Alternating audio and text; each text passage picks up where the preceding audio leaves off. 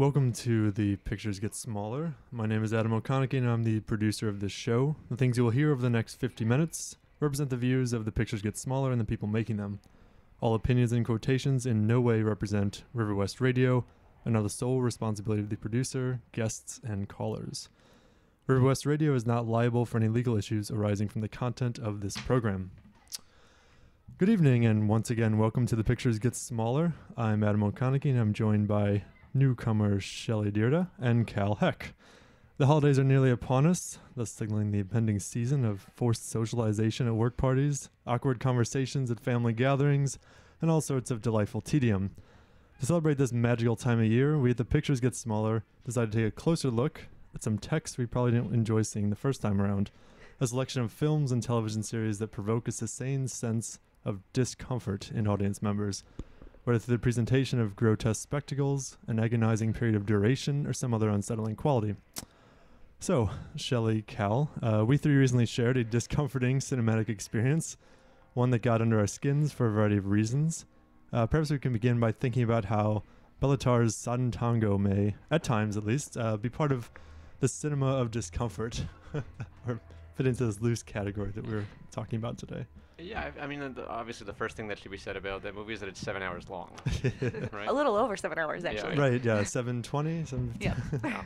Those extra bits matter. right, it does. Yeah. We watched it about a week and a half ago, and I think Correct. I'm not exaggerating that my back is still sore. Like, I was trying to figure out why I was in physical pain that evening, and then, I was sitting in this awful chair for Correct. almost, with breaks and all. It was from 10:45 to 6:15, I think, that we were in that room. So, Correct. yes. So there's There's the physical discomfort of Yes. watching a 7-hour movie is perhaps the place to start, right? You had a plastic chair? Yeah, we were in horrible plastic chairs. I went out of my way to bring a pillow and a blanket with me, Yeah. just in case Smart. I needed a nap or just more comfort. But this is the kind of movie that kind of demands that kind of attention, I guess, in a weird way. Yeah. Right. But the movie itself... It requires physical discomfort, in Uh, addition to any sort of unease you might feel while watching it. Correct. Yeah. Correct. Absolutely. But then the way that the movie is made up as well is all about kind of discomfort, right? This is a movie by a director, Béla Tarr, who's famous for making movies that consist of 20-minute or so long shots. Right. Sometimes a moving camera, sometimes a still camera, very little kind of happening, or at least very little narratively happening in the image, right? But oftentimes very beautiful images, but ones that just linger and linger, which itself is demanding in a certain way, right? Yeah. Correct. He, again, works against our typical narrative expectations, even for the art house cinema. It's I don't want to say it's an ordeal because there is beauty in these films and they're very compelling, right? But there is something trying about Correct. about watching I think them. it's the rhythm that it kind of sets you into in the mood. For Yeah. example, like the beginning where you see long take of cows in a field. I mean, I don't know how long. I should have kept track on how long that shot was, but it was a good, what would you say? Yeah, I mean, why Probably. bother, right? Yeah. They're all long. right. Very long static, and that just kind of makes you feel uncomfortable, right? Yeah. As it is. Right. So. Yeah. And I think we also watched Damnation for this class that we all were in together, and I've seen The Turin Horse. I know some of you have seen other Tarr films. I mean, these are common elements across, right? That in Damnation, this dance party is endless, right? It's this grotesque people being drunk and nasty, and we just see them in a circle dancing in puddles inside this destroyed bar, right? Yeah, and Correct. really strangely beautiful in a way too. All those moments, right? There's Yeah. even more of them in Sodden Tango, right? Where it's just like the images seem to kind of continually progress outside of any kind of narrative coherence, right? Yeah. And they're always the most grotesque people in the most grotesque Right. circumstances imaginable, and then Yeah. everything is kind of weirdly beautiful in a whole nother register. Right. So they're kind of fascinating in a way. Yeah. Right.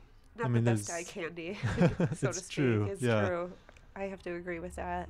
But there is something about the music in that scene. Yeah. And, Yeah.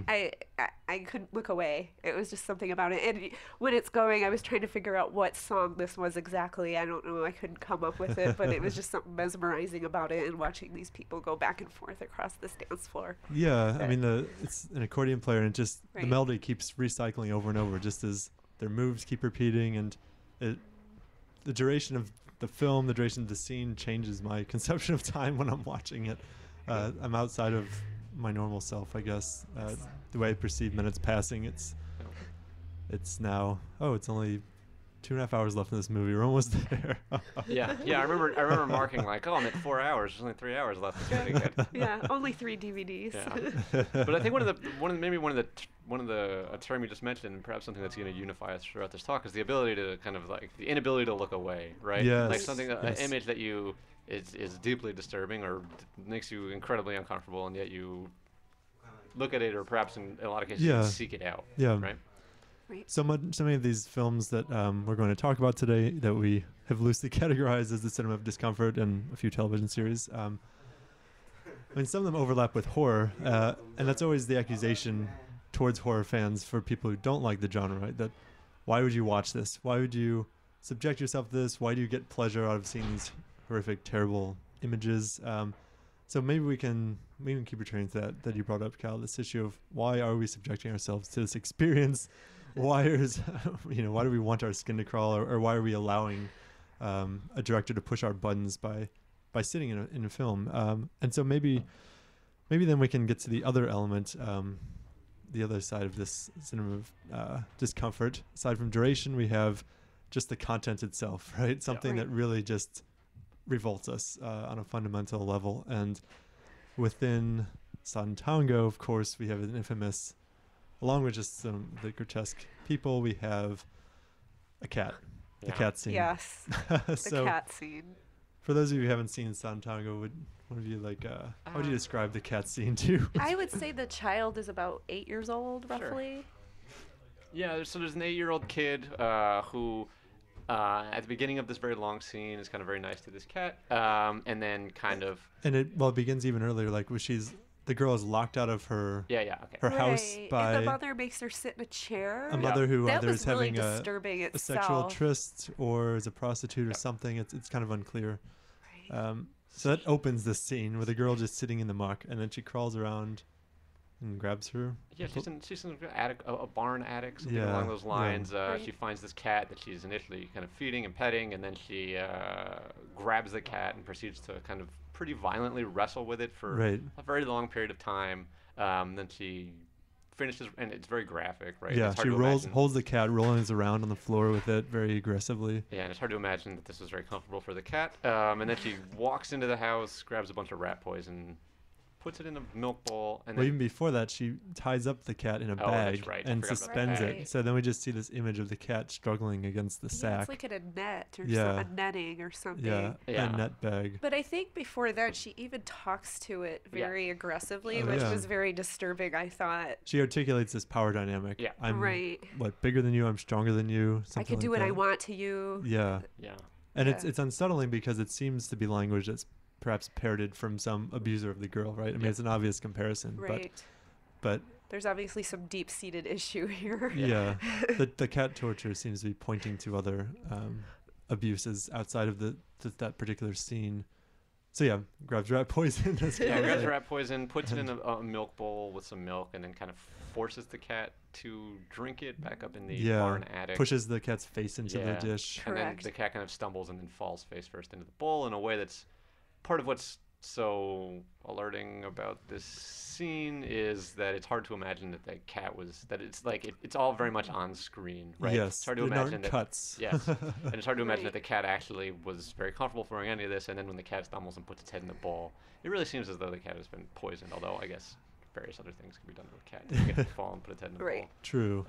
But like the inability to distinguish between kind of the representational act of like torturing the cat and then like this kid kind of physically torturing a cat, I think is what, for me at least, makes this so like disturbing to watch. Being a Hungarian film, there's no American Humane Society disclaimer at the end, although supposedly, I mean, it's a type of scene that makes you want to go out and did I just witness something awful, some abuse of an animal on screen or not? And supposedly there were veterinarians on hand witnessing it. That's what the director claims. It doesn't seem like there's a lot of people on hand in this movie in general. Yeah. And then even the traces of the scene persist in this film because then the girl proceeds to carry around the cat corpse for another, I don't even know how long, like 20 minutes or something. Yes. I mean, and the cat corpse, we see get rigor mortis, and then it's just a stiff like cat really stiff, like sculpture that she's carrying around almost, and then she poisons herself. It's an agonizing sequence in the midst of this just ordeal of a film, and I just I don't know. I mean, so this obviously speaks to I guess issues of cultural taboos, and we talked at one point about having another whole episode of The Pictures Get Smaller about taboo, so we won't get into too much here. But Shelley, like you'd mentioned that there's this connection between, oftentimes a connection between these films with discomforting elements and touching on taboo topics. Certainly, what, animal torture would be considered animal torture, yes, a taboo topic. I mean, we have all sorts of disreputable figures in professional sports, right? But the ones who are most, like Michael Vick, still retains some stain because he abused animals rather than engaging in spousal abuse somehow. Correct. And like that's perceived as worse, right, in a weird sort of way. So why? Yeah, or you could think of movies that kind of have seared themselves into like children's brains, are ones where animals, like Old Yeller or something. Yeah, right? yeah. It's much more often referenced as some deeply disturbing ending than any movie with plenty of human violence. Exactly. Right? So there's something obviously much worse about yeah. harming humans, and yet culturally there's this attachment to animals. I don't know what it is.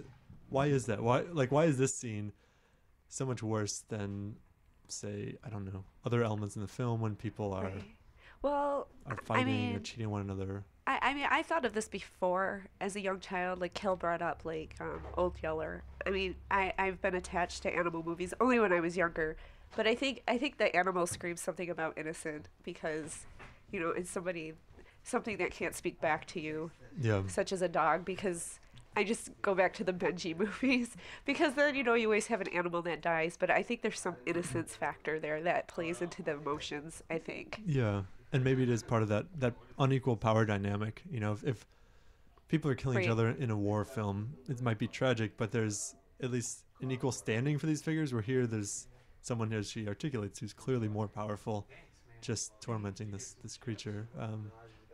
I know that there's, just speaking of that same register, I know there's a Bobcat Goldthwait now directs movies, and some of them are really kind of fascinating, and they're really interesting, and they're kind of like... I've seen Sleeping Dogs Lie. Yeah, and they're taboo-busting comedies is kind of the whole premise of them, and the most recent one he made opens up, I think, with one of the main characters shooting a child in the face.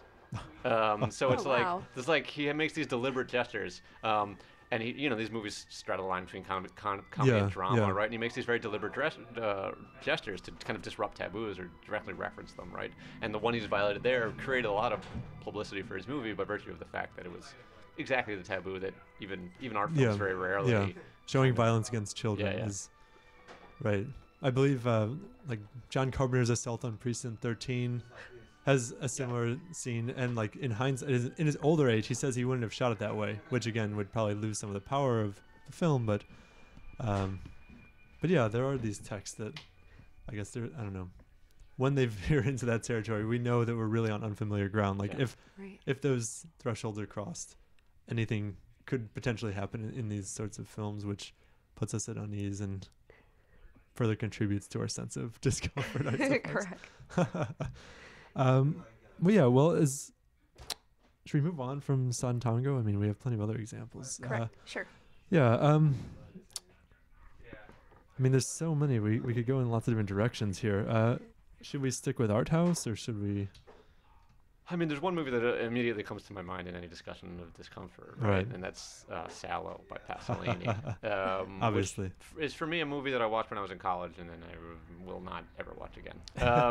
Because it's like a very deeply disturbing movie about what Nazis essentially torturing people in such a way that really effectively implicates the viewer in this weird way in this torturing process, right? In a way that's weirdly effective, and which makes it much more disturbing, right? The fact that this is a very kind of accomplished and efficient kind of filmmaker really makes the success that is this movie just feel totally intolerable. That's certainly true. It's by Piero Pasolini. Yeah, Piero Pasolini. And for those who have not seen Salò or the 120 Days of Sodom, I think that's it's an adaptation of Marquis de Sade's infamous writings from the 19th century or 18th, 19th century. I can't recall now. And it's updated and brought into the world of fascist Italy. We have 4 leaders of the fascist hierarchy. The prime minister, an archbishop or something, 2 others. Just round up these and corral these poor kids and torture them over the full length of the film. Have you seen it, Shelley? Yes, it's been some time though, but yeah, it's a little Yes. disturbing. Yeah. I think it's the kid element. Yeah. Well, I don't know. I mean, They're that's young part of it. adults, Part of it, right? yeah. Like, Yeah. they're not like little kids. Right. Yeah. They're But like young adult. 17 to 25 range, I think. Something right? like Right. that. Yeah. Yeah. So something about that tormenting youth, but also just the acts that are engaged in. Yeah. And I mean, we can. We don't need to get into them, I don't think. Maybe the last one, which is the one that's But like all the- sorts of sexual torture Yeah. and Right. degradation, acts of humiliation that these people are forced to endure. I mean, they like feed them. razor blades. Yeah, razor Razor blades and nails and Yeah. there's like all sorts of horrific things. But it ends, and maybe this is what's most disturbing to you, Cal, right? It ends with each of these 4 leaders. Well, it ends while the kids in the courtyard, and like several of them have been signaled out for additional punishment, and they're being tortured horrifically. And then each of the 4 fascist leaders takes the perspective of a voyeur at a distance from this spectacle, and they all raise binoculars and they all rotate. And this is an issue you brought up, Cal, in the preparation for this conversation, that there's some sort of spectatorial implication Yeah. that Right. these are horrific people doing horrific things, and now we're watching them watch their peers do Yeah. horrific things, and somehow we're aligned with the tormentors here. Yeah, and I mean, as the scene goes on, it gives you their perspective, seen through this kind of telephoto lens, right? In much the Yeah. same way you're seeing these acts of torture, and it kind of equates you with them, and kind of begs the question, is like, what does it mean to watch this, right? And it Yeah. implicates the audience to a degree, and asking them, are they complicit in these acts in this kind of weird way? Which is like a very kind of anti-cinema argument, I think, in a way. Yeah, Also yeah. a very kind of Profoundly unsettling. yeah, really unsettling one, and one that has a legacy in various other movies, but here is so like effectively stated in this strange way that just I find it kind of deeply disturbing. You did feel complicit then.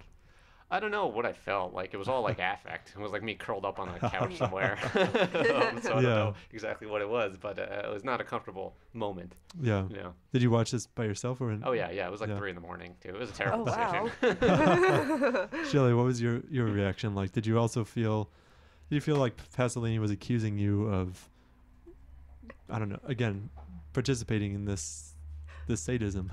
Right.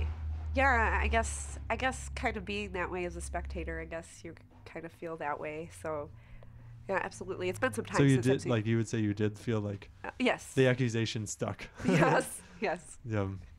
I'm always, I don't know. How did you, It's Adam? a, How did you feel about it? I feel very Yeah. ambivalent. I found the voyeuristic element at the end to be very interesting. And only in hindsight, I guess, did I really feel like it was an accusation of me. He's a renowned director. He's making this very, technically proficient and even artistically shot film about degradation. Not sure. I don't really feel bad for having watched it. Yeah. Not the way I might feel bad for having watched other films. Like what? Yes. Well, last night I watched Irreversible Oh, how by was Gaspar that? Noé. I'd seen one of his other films previously, Enter the Void, which, I have to say, between those two, there's certainly visual techniques that I've not seen done as well or at all in other films. Just these roving, floating camera movements that are really spectacular. That said, well, it's a film that's this horrific story of revenge for a sexual assault of this this pair of men's current lover and former lover. And I don't know, for me, for being a horror fan, watching sexual violence is always a very challenging thing. It's usually omitted from horror, which is like why I can watch so much horror.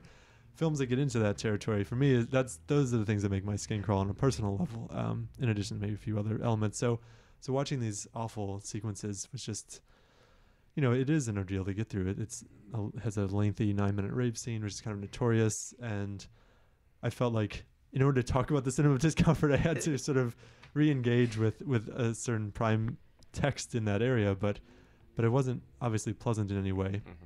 I do feel like, but again, I feel like it was worth it on some level. I feel like there's something to be said for challenging text, but this is perhaps me just trying to not feel as though I'm complicit in the circulation of violent images for the sake of violent images. But I have a question about that, because you said that there was a 9-minute rape scene. Did this director show this? Because the reason I ask is because a lot of the films that I tend to study and deal with, like they're all about sexual violence, but they do it in a way where you were talking about thresholds. Like it brings you there and it doesn't show it, but it shows. I mean, the tension is there and what has happened, but that's why I'm curious, because there's these differences between what is shown and what is not shown, because sometimes it has the same effect sometimes. So I mean, it's a single shot, and it's a almost stationary camera that just sits and observes this awful act, and so you're literally being forced to watch it. And then there's even,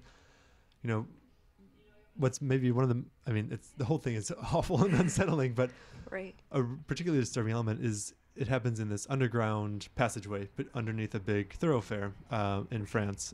It's a French film, and so you see in the background of this scene, and like in the very foreground is where this act is taking place. In the background, someone walks into the frame, looks at it happening, and then walks off. So again, there is something about, I guess many of these films do have some accusation towards the viewer. Like, are you witnessing something and not doing anything about it? Are you refusing to walk out? And I want to get to Michael Haneke's Funny Games in a minute, because that's kind of what that whole film is about. But in even Irreversible, which is about the destructive nature of time in a very general way, supposedly that's the point of the film, that time destroys all things. It's repeated twice in the film.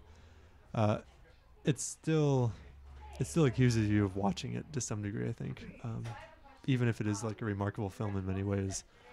Which is a trope like that we could trace back probably pretty far, right? But at least to Hitchcock to a degree, right? There's various moments in Hitchcock whereby I think we were discussing one in advance, right, whereby the kind of spectatorial identification changes, right? Yes. From identifying with perhaps a sympathetic, what we know to be a sympathetic character, and then we're kind of lost and are forced to re-identify with kind of perhaps violent characters in a way that makes the audience kind of reevaluate the process of watching the movie in the first place. I think you had an excellent example of that too. Yeah, I mean, in Psycho, a film that I'm not a huge Hitchcock person myself, but I do love Psycho as it's a sort of prime horror film, like one of the most important films ever, obviously. And we have Janet Leigh, who's summarily knocked off, not even midway through the film, and then we're in this murky territory where we don't know what to make, because again, I assume like the film is not as discomforting for viewers now, perhaps.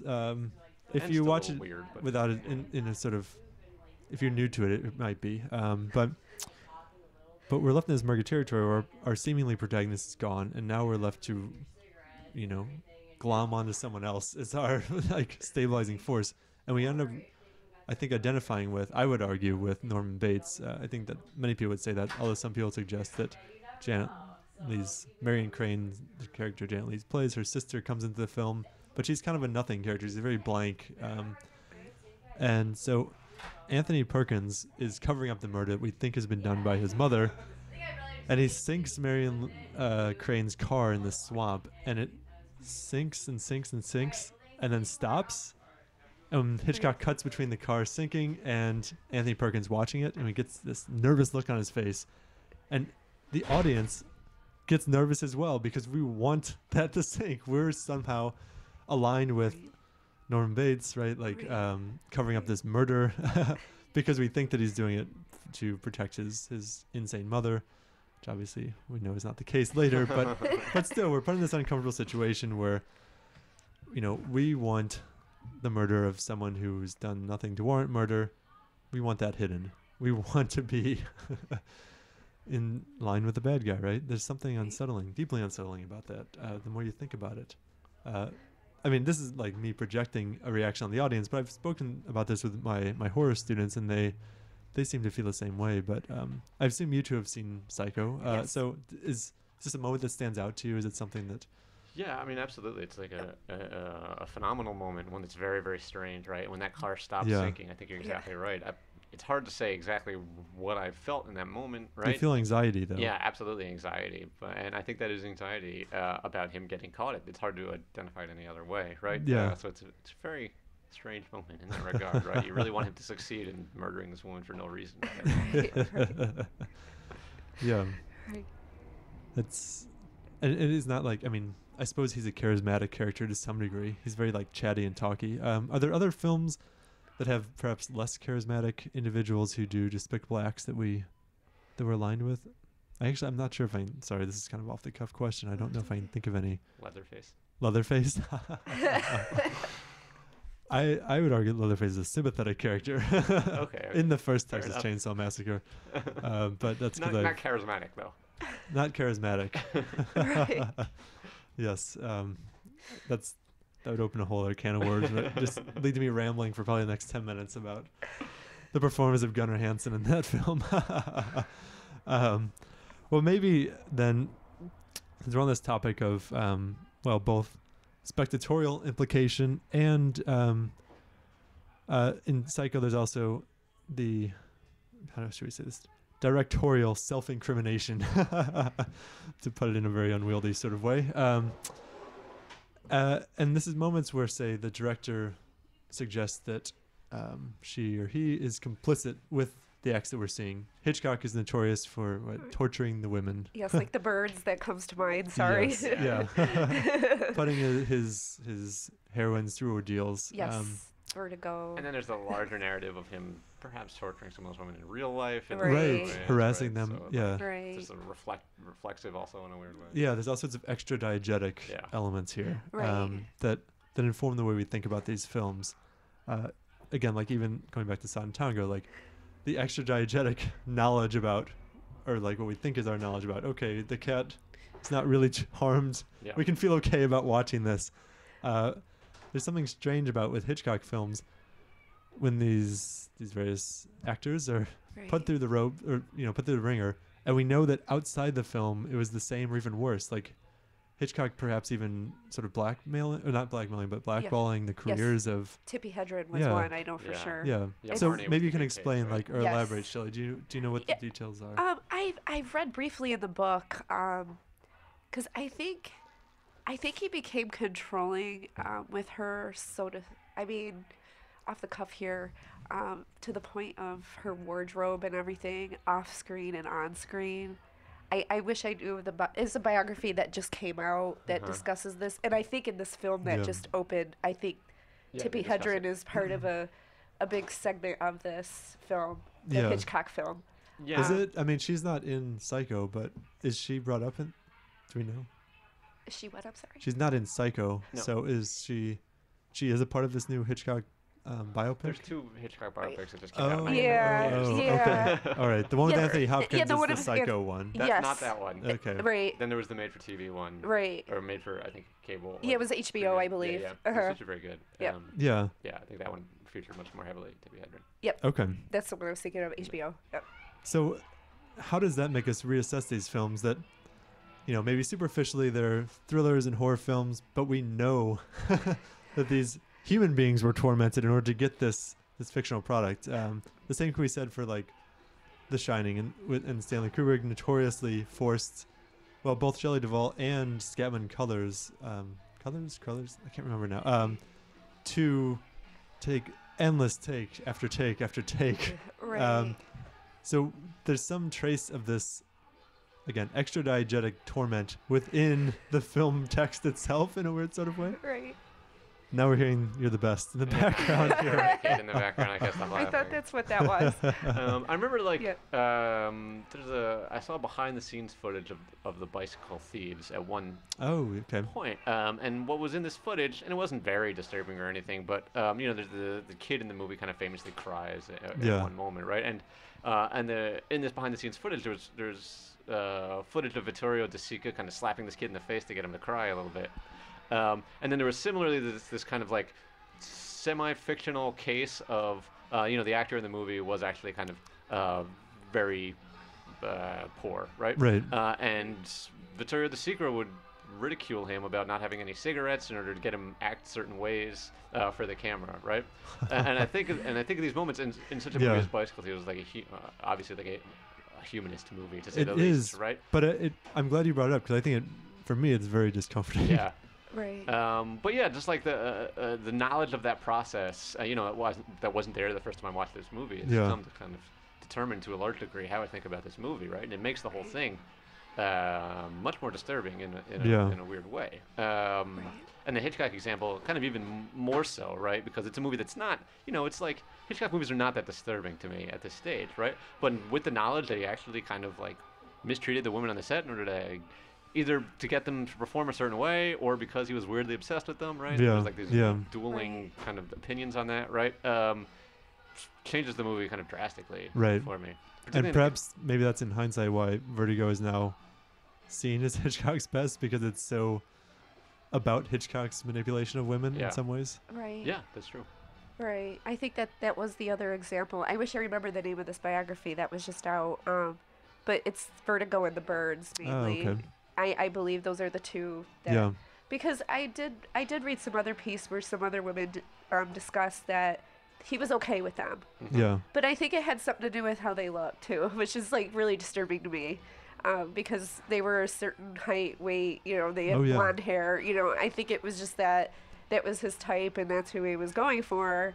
And like you said, it makes it disturbing on both levels, especially looking at Vertigo, like you said, like what it was about, because she's being molded into a certain way. Yeah. That it becomes almost confessional or something like by Hitchcock. Right. Yeah.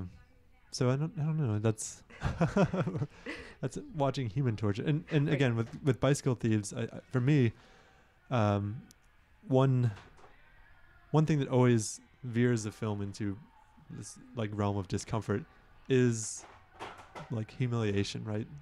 And the film ends with the father, he's maybe desperate but like dignified figure, being publicly humiliated for attempting to steal a bike after all of these other horrible things have happened to him. And for me, it's just my skin is crawling with I feel like I'm almost feeling red, and when I watch that. So something about not just grotesque violent acts, but humiliation as a mode of discomfort, I guess. So maybe we can chat about a few examples of that, if any come to mind. I mean, certainly in television series, we'd mentioned the build up to this, The Office, the British Office in particular, and maybe the early seasons of the American Office. To a lesser degree, at least. Right. Yeah.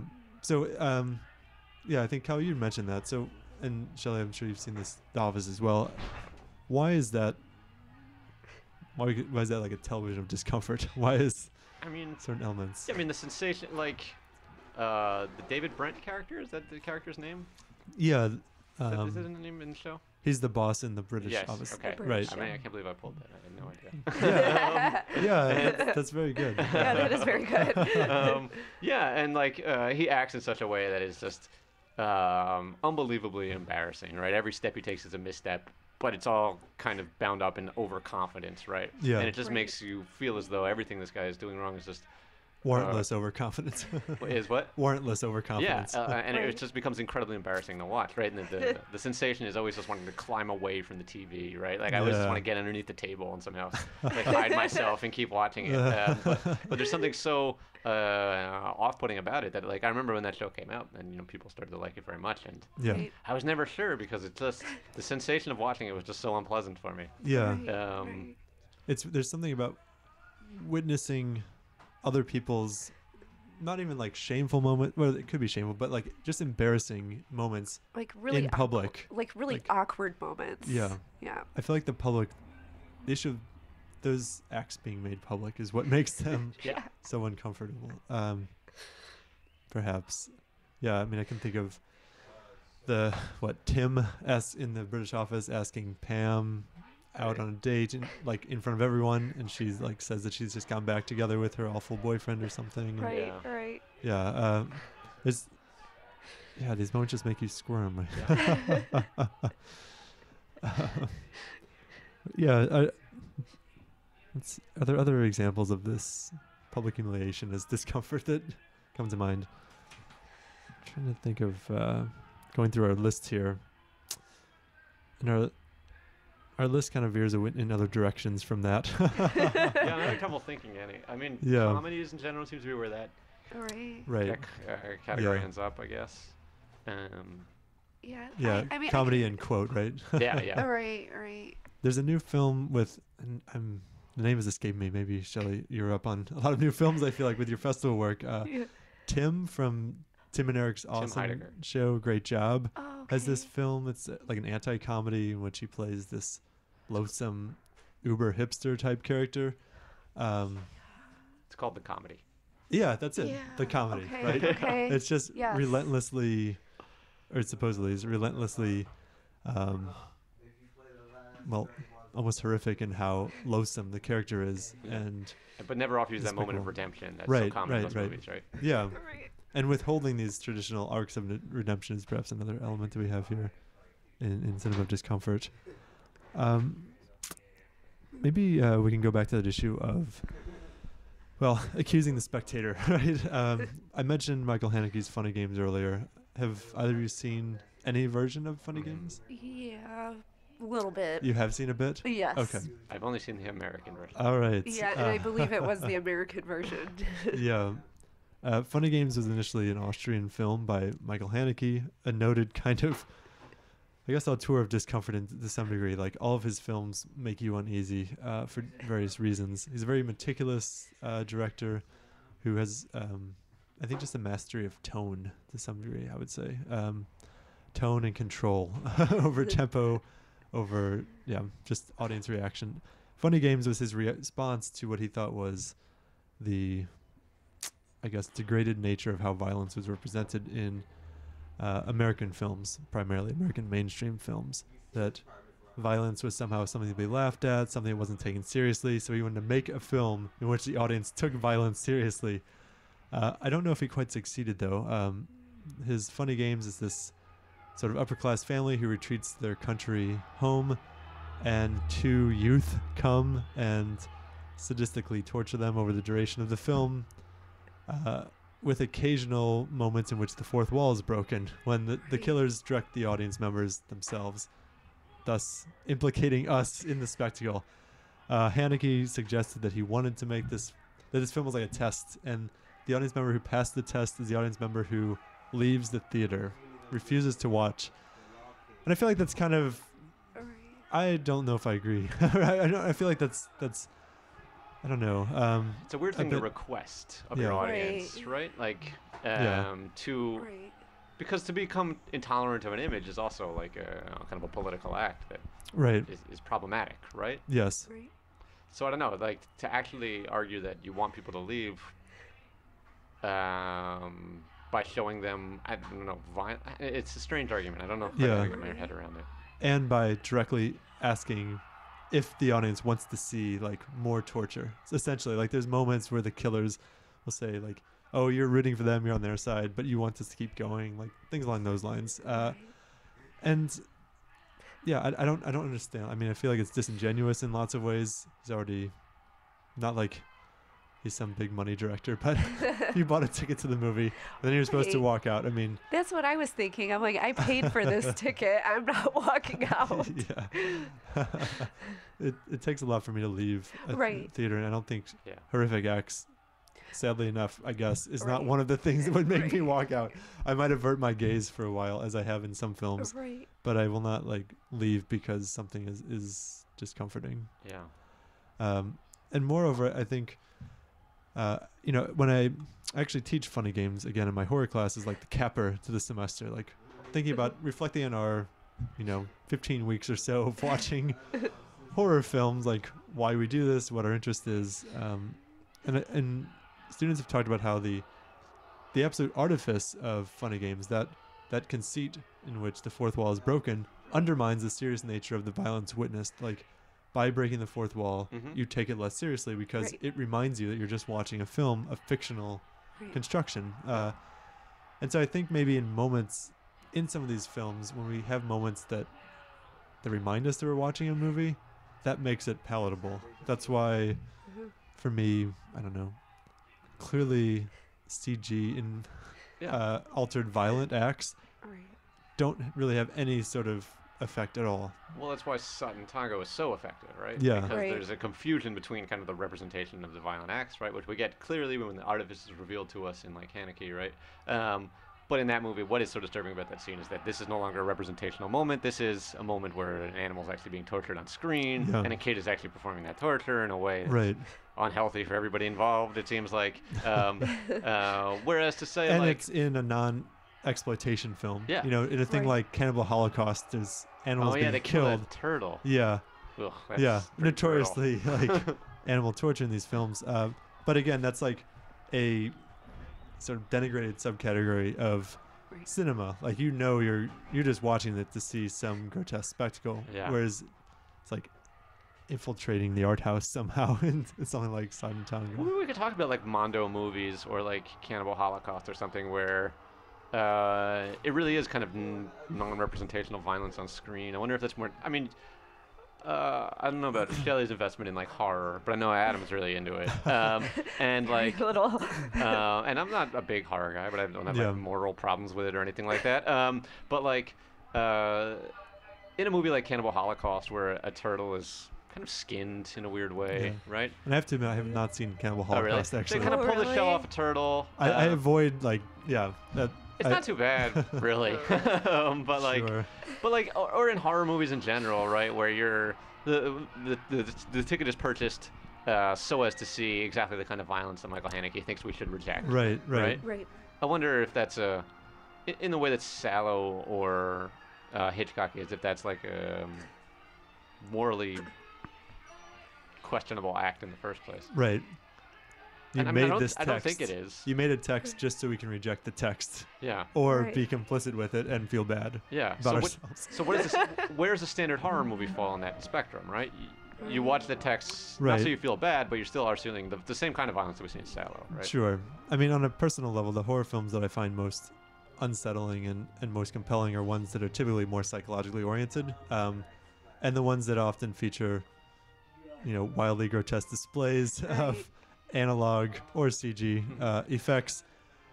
To me, they are just a spectacle kind of, and they're not disturbing so much as they're just an event to be witnessed and kind of laughed at in some ways, like to marvel at, oh, they can do that. that's impressive. Yeah. Films that challenge perception or just a fundamental understanding of the world, that's what I find horrific. Okay. But I still enjoy the other types. But if I'm saying, I don't know, I don't like...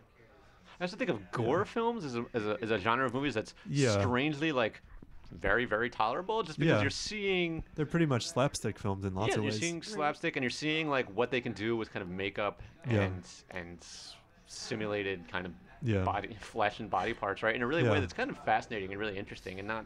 Things like Peter Jackson's Dead Alive, sometimes called Brain Dead. I don't know if either of you have seen that. It's notorious as being perhaps the bloodiest film ever made, full of all these kind of hilarious like analog gore effects. And it's really a comedy in lots of ways, but lots and lots of, zombie-esque bodies being, dismembered and whatnot. Yeah, cutting up zombies with a lawnmower and all that stuff. Yeah. But it's hilarious. The sheer excessiveness becomes hilarious. My dad, ways that, My dad told me to watch that movie when I was a kid. Really? He thought it was funny. Yeah. That's really charming. Yeah, it's the body. If it goes for the body, I'm out of there. Yeah. Maybe we should talk then about some things that do push our buttons, because Shelley, you brought this up in your email, and you mentioned a couple things that you'd shown some films to friends that feature really perhaps scenes that were especially excruciating for women. Although, I mean, arguably any sort of, like I said, I think something like Irreversible is horrible for anyone like watching it, but perhaps especially bad for women, I suppose. And then before getting, we'll talk about that, and then maybe we can put off the actual just other thing that you mentioned in your email. So what about these films that you mentioned?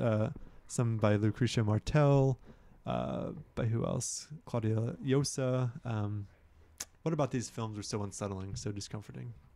I think, like, for example, I know, like, Claudia Llosa, a director that I'm really into, who's Peruvian. Because out of all these, I've only seen Maria Nusa. Okay. Because, you know, like, Maria Nusa, for example, like, because both of them touch on women's sexual violence. Yeah. But she does it in a more, it's classified as art cinema, so it's, like, an artsier way, I guess, as she claims even to put it. You don't see scenes, you don't see it happening, but there's, you know, it's alluded to. She keeps the spectacle from being on, right? Like. Right. But it's, I guess being a woman and watching this, it's that whole threshold thing, for example, because we're dealing with issues of incest here and a father and a daughter, and that's just kind of so that's another level of taboo on top of right. And I think this level of taboo, especially when it touches on a woman's topic, and being a woman, it puts it like it really goes for the emotions and the affect that, you know, I could imagine being this woman, and it makes you squirm, like we were saying earlier, that I could imagine that happening to me. And it's always like these crimes against women that a lot of these films that that you've mentioned that in my email, what they're dealing with. So, for example, the other film, The Milk of Sorrow, it goes back to The Shining Path, where in Peru, where women were tortured by these soldiers, like brutally raped, and so this girl like lashes out. I mean, okay, so there's also a historical reference of atrocity as well that adds. Right. Like an extra diegetic layer, perhaps. Exactly. So it's that whole layering process. I think that's what really gets under your skin and makes you squirm. Yeah. That's what made me squirm, because that what we're witnessing isn't far off from. Right. Even though like Llosa's style uses a lot of allegory, and she uses like magical realism, which is a Latin American term for making it fictional, but it seems kind of real. That's the best way I can put it. Like. Well, yeah, like fantastical events are just considered part of everyday life, right? Right. It comes from Gabriel Garcia Marquez's novels. Right. Exactly. That's exactly where it came from. And it has this history, even though Llosa claims not to use it, but many connect it to her. But it's just her way, because she writes the screenplays as well. Yeah. So it's just her way of speaking against this, you know, the history. And does that add to the discomfort or diffuse it in some ways, that certain things are presented fantastically?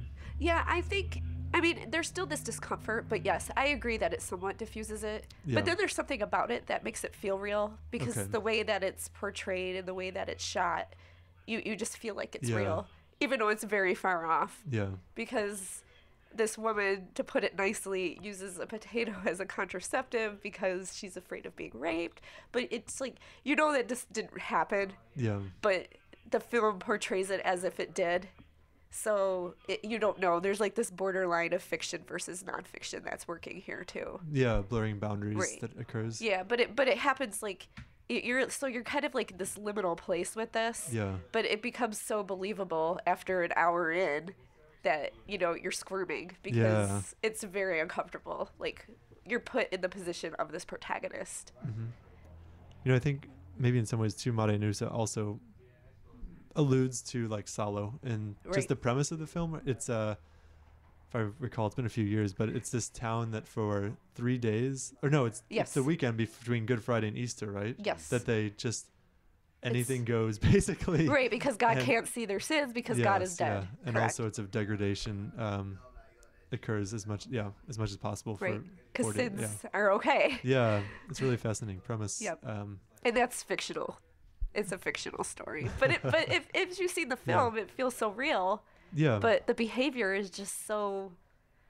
It just, I don't know. It gets under your skin. At least it did for me. Sure. Yeah. Right. I remember being unsettled. Yeah, and I feel like the persistence of historical context that come to like determine how we're feeling about these like events, right? Like The Shining Path or like Salo is all essentially about the Holocaust, right? Sure. Right. I think that really, to a large part, determines how disturbing these movies are, at least for me, right? And to go back to Salo, like what makes it so terrifying is not that it's, I mean, it's fantastic and it's kind of ridiculous in its own way, but like it's also grounded in this weird way, right? And that makes it so much more unpleasant. Right. So I think you're absolutely right. Like the historical context can play such a role in just how the movie affects like our bodily responses to it. Right? Of course. Yeah, probably because in the historical context, like I think like the Shining Path, the Holocaust, because this really happened. This happened, and this is, there's accounts of this. So yeah, when you put that in like layers, like you were saying, it layers, and it just adds to the horror of it. Yeah. A big horrible onion. Yes, exactly. A big, horrible pig onion. I like it. I'm going to borrow that. That you bite out with your eyeballs. Yeah, there you go. Weren't we going to do something about eyeball violence, too? Yes, Yeah, that that's was a me. nice segue. We were, with our last maybe 5 minutes or so, I thought, there's plenty of other things we could talk about, but maybe we should, go through a little rundown of things that personally get under our skin. If a certain element is in a film, like we just are going to have to avert our eyes. I was certainly squirming last night with Irreversible, but Shelley, you had one in particular, one Right. element. Okay, well, it was the scene in 28 Days Later. Okay, I haven't seen it in a long time. I saw it when it came out, actually on a press pass, because I did Nice. work in media. But it was the Danny Boyle, because I was interested in Danny Boyle, and I know there's a scene toward the end. Correct me if I'm wrong here, Yeah. but I haven't seen it in a while. That it goes for the eyeballs. Yes. And there's just something with the eyes. I think that's just real. That's what I had to look away, because I thought at first he's not going for the eyes. He's not going for the eyes, and the villain goes for the eyes, Yeah. and that was just ultimately very disturbing. Anything with the eyes, Yeah. I don't know what it is. I think So that kind of bodily damage to the eyeballs is Right. the bodily damage that bothers you. it's horrible. It is. And I Yeah. think there's a whole, it has this relationship to cinema too, right? Yeah. Right. Like I think of like Zombie 2, where they stab that eyeball with that big piece of wood at one point, and then of Right. course like Un Chien Andalou, Of course. right? It's like the famous moment of like, and it's really disturbing in that Yeah. movie Yeah. in particular, when it's like a grape or something that they use and they cut it with a razor blade, Right. and it's so No, I horrible. thought it was a cow eyeball. Yeah. Oh. I thought it It's was- a cow eyeball. Yeah. Yes. There you go, or Yes. Yeah, the woman sitting in a barber chair or something, and there's a person pulls a razor from the face, and they cut to an eyeball getting sliced. Cool. It's a notorious scene in the classic surrealist short film by Dali and Buñuel. But yeah, it's horrifying, right? It's just thinking about it. Yeah. Ugh, There's something making about that- the eye, because it's just so like it's a soft soft tissue. soft tissue, and like I mentioned, the eyes are the window to the soul to me, and it's like don't mess Just with the vulnerable, eyes. right? Yeah. It's so easy to damage. So maybe Right. that's It's another- the object responsible for this experience that you're currently having in Right. the movie too, or like movies and Yeah. eyes are kind of intimately connected to, and just to see it slashed or something so, right. oof, it's awful. Yeah, I agree, because it is connected, and if you do want to make an effective horror film, just Yeah, just go for the eyes. name your movie Eyeball Slasher. That's Yes. true. Eyeball slasher. And Cal and Shelley will not see it, No, or the sequels. Nobody in the world will see it. no. Oh, there's someone who'll see it. You can count on me not being there. Okay, yeah. Obviously, that's a good solid awful thing. Yeah, Cal, do anything you want to add that just Particular like makes you shudder? No, I don't have anything that comes to mind that's worse than. Yeah. Yeah, I mean, like for me, it's still Sallow is still the most disturbing cinematic experience I had, and it's like the historical context that really gets me. I think more than anything, right? It's Yeah. all like all the extra information around it that makes it disturbing. Because if I watched Sallow in the context of like a Lucio Fulci movie, it's not so disturbing really at Right. all. But like all that extra information. But is the fictive nature of a Fulci film somehow more palatable? Is that? Well, I mean, Sallow's pretty ridiculous, and it's shot like a It's true. It's dumb very Italian baroque. movie from the 70s. So it doesn't look that different from a Lucio Fulci movie. But yeah, something about like I don't know, like the context in which as a Pasolini movie, right? It has all this like extra contextual information that makes it much more disturbing. Yeah, that's very true. This extra diegetic information can certainly reframe things and make them more unsettling. Yeah, for me, despite being a horror person, just any sorts of realistic torture is horrific. And a friend and I mutually dared one another to go see The Human Centipede 2, and that's like Yeah. one of the most just awful experiences I've maybe had, and I don't think I think I watched maybe like 10 seconds of the last half hour of the film. I just had to keep looking down. And Does it pick up right after one? Like, does it cut out all like the narrative lead-in and just go straight to the Right. grossness? it's strangely meta. It exists in a world in which The Human Centipede 1 is a film, and there's someone obsessed with the first film. That's like and Freddy, Nightmare on Elm Street. Yeah, like 6. yeah. So it's Right. yeah, it's fascinating in that regards. Yeah, I can't do it. But anyway, yeah, No, it's thank it's you. very brutal Can't and do rough to it. watch.